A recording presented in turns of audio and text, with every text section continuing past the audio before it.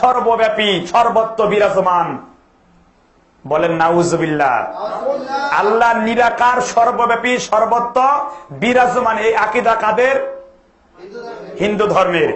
আমার কাছে একটি বই আছে, হিন্দু ধর্ম শিক্ষা, নবম দশম শ্রেণীর পাঠ্য বই।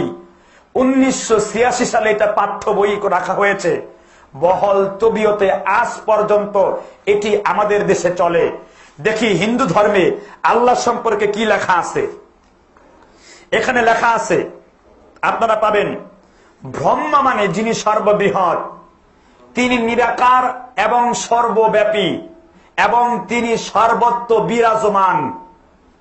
কি বলা হলো হিন্দু ধর্মে? তিনি নিরাকার, সর্বব্যাপী, সর্বত্র বিরাজমান। কোন ধর্মেতে? হিন্দু ধর্মেতে। বেদের উপনিষদ 4th অধ্যায়ের মধ্যে বলা হচ্ছে, অবুনবধন্মানসনাং শীতদন্ত্রনাং সিজাম্ম হোম যদা যদা হি ধন্মার শ্রী গ্লানি ভববর্তী ভারত রামায়ণ কৃষ্ণালো শ্রীকিঞ্জালো শ্রী গ্লানি ভববর্তী ভারত। ভগবান তিনি, ব্রহ্মা তিনি, বিষ্ণু তিনি, যিনি নিরাকার এবং সব জায়গায় বিরাজমান। তাহলে এই আকীদাটা কাদের? একটু জোরে বলেন। হিন্দুদের। এখন ওই হিন্দু বলছে তাদের ভগবান, তাদের আল্লাহ নিরাকার আর সর্বত্র বিরাজমান। আর একজন টুপি দাড়ি চিল্লাওয়ালা ঘাসতলা অমুক অমুক তমুক পীর সাহেবের দরগার লোক বলছে আল্লাহ নিরাকার ও সর্বত্র বিরাজমান। তাহলে এই হিন্দু আর এই পীর সাহেব, এই তাহাজ্জুদ গুজার, এই নামাজওয়ালা, এই হজওয়ালা, তার আকীদায় আর হিন্দুর আকীদায় কোনো পার্থক্য আছে? যেহেতু পার্থক্য নাই, তাহলে এই দুইজনকে পার্থক্য আপনারা কেউ পার্থক্য নির্ণয় করতে পারবেন না। কারণ এও বিশ্বাস করে আল্লাহ নিরাকার, এই ব্যক্তিটা হলো কাফের, কারণ সে হিন্দু। এখন ওই হিন্দুদের কথা যদি কোনো মুসলিম বিশ্বাস করে আল্লাহ নিরাকার ও সর্বত্র বিরাজমান, তাহলে সে কি মুসলিম থাকে না কাফের হয়? এবার আসেন আল্লাহ সুবহানাহু ওয়া তাআলার ব্যাপারে হিন্দু ধর্মের আকীদা গেল। এখন মুসলিমরা যে এই আকীদা পোষণ করে, যত রাকাত নামাজ পড়েছে, নামাজ থাকে না নষ্ট হয়েছে? ওযু আছে না ওযু নষ্ট হয়েছে? নামাজের ওযু যদি নষ্ট হয়, আবার নামাজের ওযুর দরকার আছে না নাই? সলাতের ওযু ছাড়া সলাত হয়? কারো যদি ঈমান নষ্ট হয়, আল্লাহর প্রতি ধারণা যদি নষ্ট হয়, তাহলে তার কোনদিন সালাত, রোজা, হজ, যাকাত, সিয়াম, জিহাদ, ইসলামের আন্দোলন তথা ইসলামের জন্য সমস্ত কিছু, গরু কুরবানি খাওয়া, গরু খাওয়া, তারপর আবার সেটাকে বিতরণ করে ফকির মিসকিন খাওয়ানো, এই আকীদা যদি তার না থাকে আল্লাহ সম্পর্কে, তার সবকিছু আছে না নষ্ট হয়েছে? তাই আসুন আল্লাহ সুবহানাহু ওয়া তাআলার সম্পর্কে আমরা আজকে ঈমান অর্জন করি, আমরা বিশ্বাস অর্জন করি, আমরা জ্ঞান অর্জন করি। ইমাম বুখারী রহমতুল্লাহ আলাইহি কিতাবুল বুখারীর 71 নম্বর পৃষ্ঠায় তিনি ইলম অধ্যায়ের আলোচনা করতে গিয়ে তিনি বলছেন, আল ইলমি কবুলুল কওলি ওয়াল আমল, কোন কাজ করার পূর্বে তার জ্ঞান প্রয়োজন। কথা কি বুঝতে পেরেছেন? কোন কাজ করার পূর্বে কি প্রয়োজন? জ্ঞান প্রয়োজন। এখন এদেশের এক হুজুরেরা বলে, এদেশের এক পীরপন্থীরা বলছে যে আল্লাহকে নিয়ে তোমরা গবেষণা করো না, তোমরা আল্লাহর সৃষ্টিকে নিয়ে গবেষণা করো। বলছে কি বলছে না? এদেশের এক শ্রেণীর পীররা বলছে, এক শ্রেণীর চিল্লাওয়ালারা বলছে, এক শ্রেণীর তাবলিগ জামাতের ভাইরা বলছে, শাল লাগানো ভাইরা বলছে, দাওরায় হাদিস পাশ করা আলেমরা বলছে, তারপরে মুফতি সাহেবরা বলছে যে তোমরা আল্লাহর সৃষ্টি নিয়ে গবেষণা করো, কিন্তু তোমরা আল্লাহকে নিয়ে গবেষণা করো না। বলছে কি বলছে না?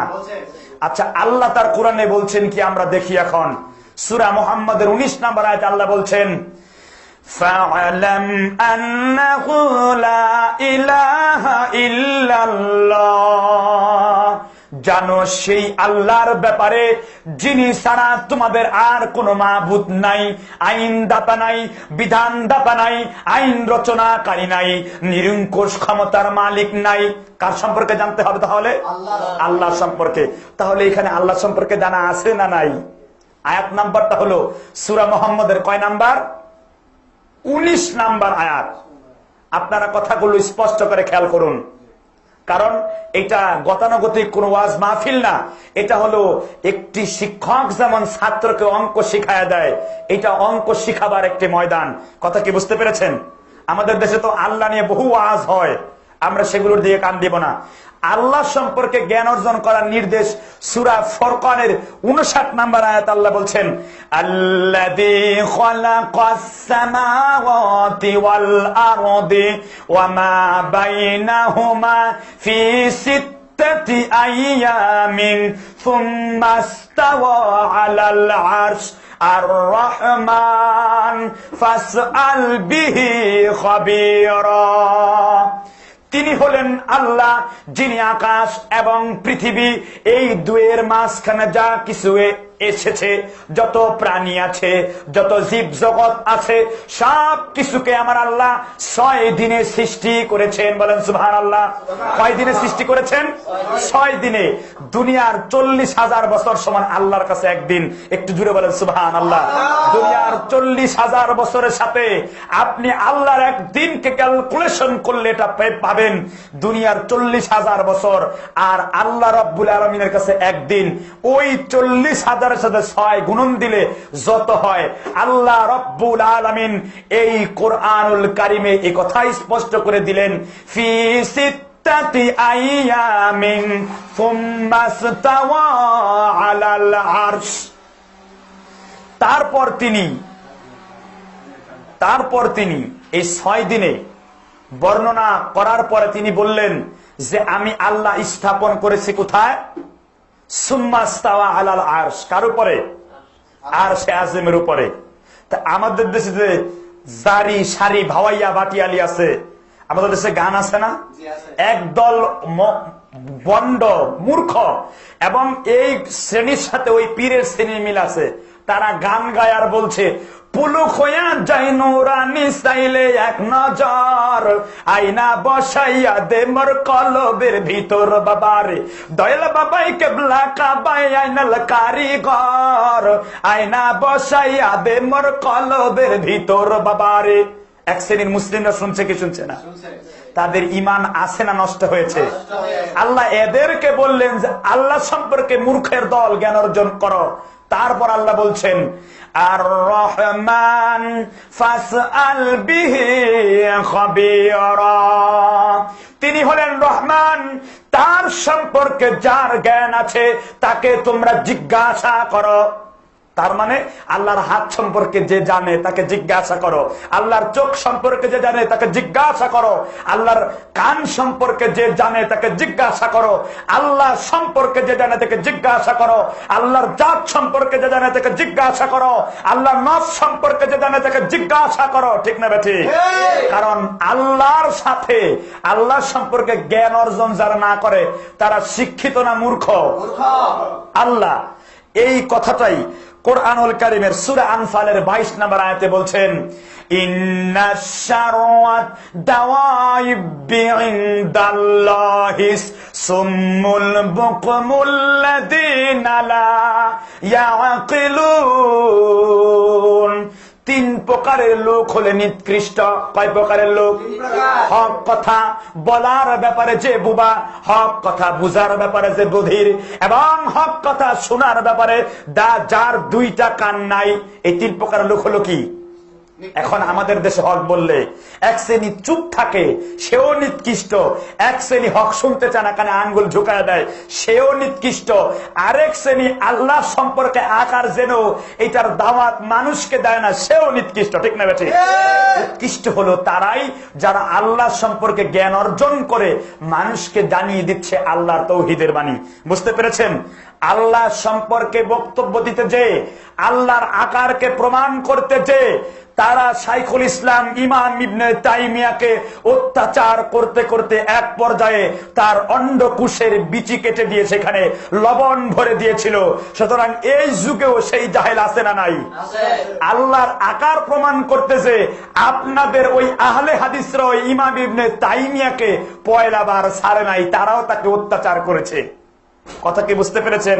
এই জন্য আল্লাহ সম্পর্কে জ্ঞান অর্জনের নির্দেশটা কার? আল্লাহর। এরপরে আল্লাহ রাব্বুল আলামিন বলছেন সূরা আরাফের 159 নাম্বার আয়াতে যে বেশিরভাগ লোক জানে না, জ্ঞানী মূর্খ, বেশিরভাগ লোক হলো চতুষ্পদ জন্তু আর জানোয়ার। কে বলছেন?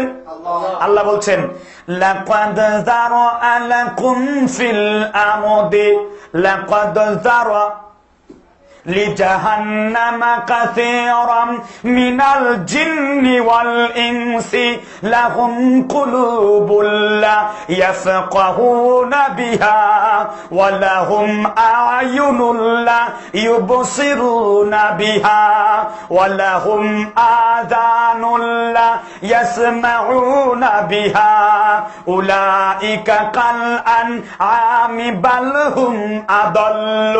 কে বলছেন? বহু মানুষ, বহু জিনকে আমি আল্লাহ জাহান্নামী করে দিয়েছি। প্রশ্ন আসে না কেন করলেন? প্রশ্ন আসে কি আসে না? এরপর আল্লাহ বললেন বহু মানুষ আর জিন তাদের অন্তর আছে, অন্তর দিয়ে চিন্তা করতে পারে না। দুইটা কান আছে, কান দিয়ে শোনার যোগ্যতা রাখে না। আবার দুইটা চোখ আছে, কিন্তু চোখ দিয়ে দেখার ক্ষমতা রাখে না। ঠিক না বেঠি? এক হলো শয়তান তাকে ওয়াসওয়াসা দেয়, আরেক হলো নিজের নফসের শয়তান তাকে বশীভূত করে। ঠিক না বেঠি? আর মোমেনরা আল্লাহ সম্পর্কে সচেতন না অচেতন? এই জন্য আল্লাহ সূরা আনআমের 104 নম্বর আয়াতে আল্লাহ মোমেনদের কোয়ালিটি বর্ণনা করছেন। শয়তান যখন মোমেনদের খোঁচা দেয় আল্লাহর ব্যাপারে, শয়তান কি করে? ইন্নাল্লাযীনা তাকাউ ইযা মাসসাহুম তাইফুম মিনাশ শাইতানি তাযাক্কারু। শয়তান যখন কোন মুমিনকে আল্লাহর ব্যাপারে জ্ঞান অর্জন করতে গেলে খোঁচা দেয়, ধোঁকা দেয়, প্রবঞ্চনা দেয়, ধোঁকার সৃষ্টি করে, সে স্মরণ করে মুমিন কার? যারা বলেন কার স্মরণ করে? তারপর আল্লাহ কি বলছেন? ফাইদা হুম মুবসিরুন। ওই আল্লাহ ওই মুমিনের দুইটি চোখ আল্লাহ খুলে দেন। সুবহানাল্লাহ বলবেন না? কি খুলে দেন? চোখ দুটো খুলে দেন, হক খুলে দেন। আর কি? এই জন্য যারা নিরাকারের পন্থী ভাইরা, আপনাদেরকে চ্যালেঞ্জ করছি, আল্লাহ নিরাকার এই সম্পর্কে একটি আয়াত দেখান। আর আমি বলছি আল্লাহর আকার সম্পর্কে কোরআনুল কারীমের মধ্যে 500 আয়াত আল্লাহ বর্ণনা করেছেন। একটু জোরে বলেন সুবহানাল্লাহ। আমি ইনশাআল্লাহ এখানে লিখিত আকারে আছে, আমি দেখে দেখে এগুলো এক একটা করে আয়াত পড়বো। আর যারা এই আল্লাহ সম্পর্কে ভুল ধারণায় বিশ্বাস করে আছেন, তারা ইনশাআল্লাহ আজকের দিন পর থেকে আল্লাহ সম্পর্কে সঠিক জ্ঞান লাভ করার চেষ্টা করবেন। কথা কি বুঝতে পেরেছেন? হাফেজ এমদাদুল্লাহ ইবনে কাসির রহমতুল্লাহ আলাইহি বলেন, তোমরা আল্লাহর হাতকে আল্লাহর হাতই বলো, তোমরা আল্লাহর হাতকে মানুষের হাতের মতো বলো না। যারা মানুষের হাতের মতো আল্লাহর হাতের তুলনা করে তারা হলো কাফির। কথাকে তারা হলো কি? কোরআনে আল্লাহর হাত যেমন আছে তেমন ভাবে বর্ণনা করতে হবে। কথা কি বুঝতে পেরেছেন? এবার আসেন আমরা আল্লাহ সম্পর্কে জ্ঞান অর্জন করি। প্রথমে কোরআনুল কারীম বুঝতে গেলে, আল্লাহর সম্পর্কে কোরআন থেকে আয়াত নিতে গেলে মানুষের সবচেয়ে সম্মানিত জায়গা কোনটা বলেন তো? মানুষের সবচেয়ে সম্মানিত জায়গা হল